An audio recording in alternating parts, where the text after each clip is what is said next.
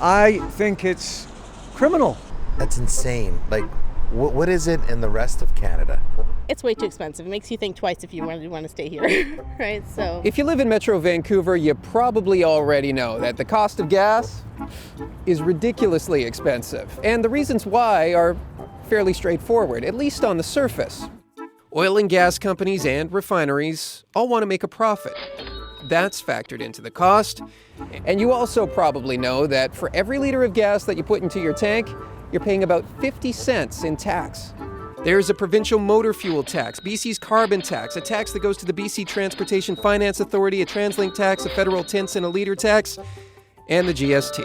I think we're getting taxed, out of existence. But when the price of gas suddenly skyrockets, that's not because of taxes. It's because of supply, and BC has serious supply issues.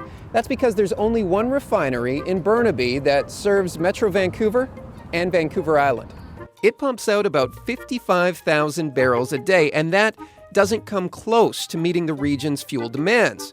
A lot of the gas that ends up in your tank comes from Edmonton through the Trans Mountain Pipeline. Trouble is, the pipeline is full, and there still isn't enough gas to go around, so BC brings it in from other countries. One of the main places where BC gets its gas is the Cherry Point refinery in Washington State. Once in a while, it closes or scales back production due to maintenance or when there's a mechanical problem. When that happens, it chokes the supply to BC and prices go up.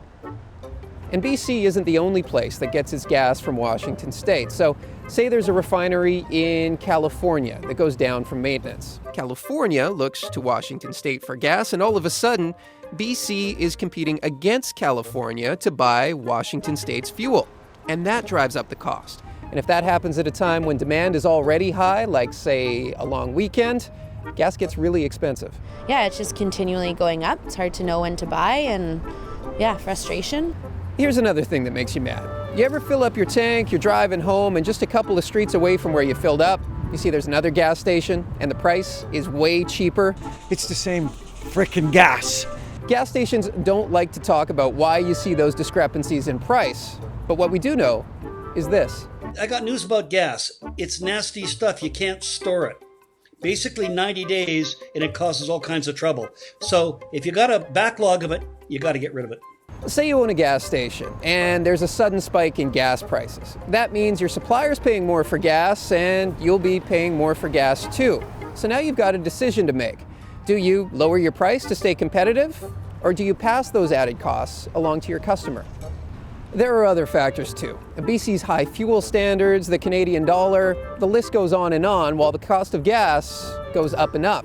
And you, the driver, are left to cope. We're thinking about actually getting maybe a hybrid next year. Got to change. Wanted to get a pickup truck, but it's so expensive. So. Jesse Johnston, CBC News.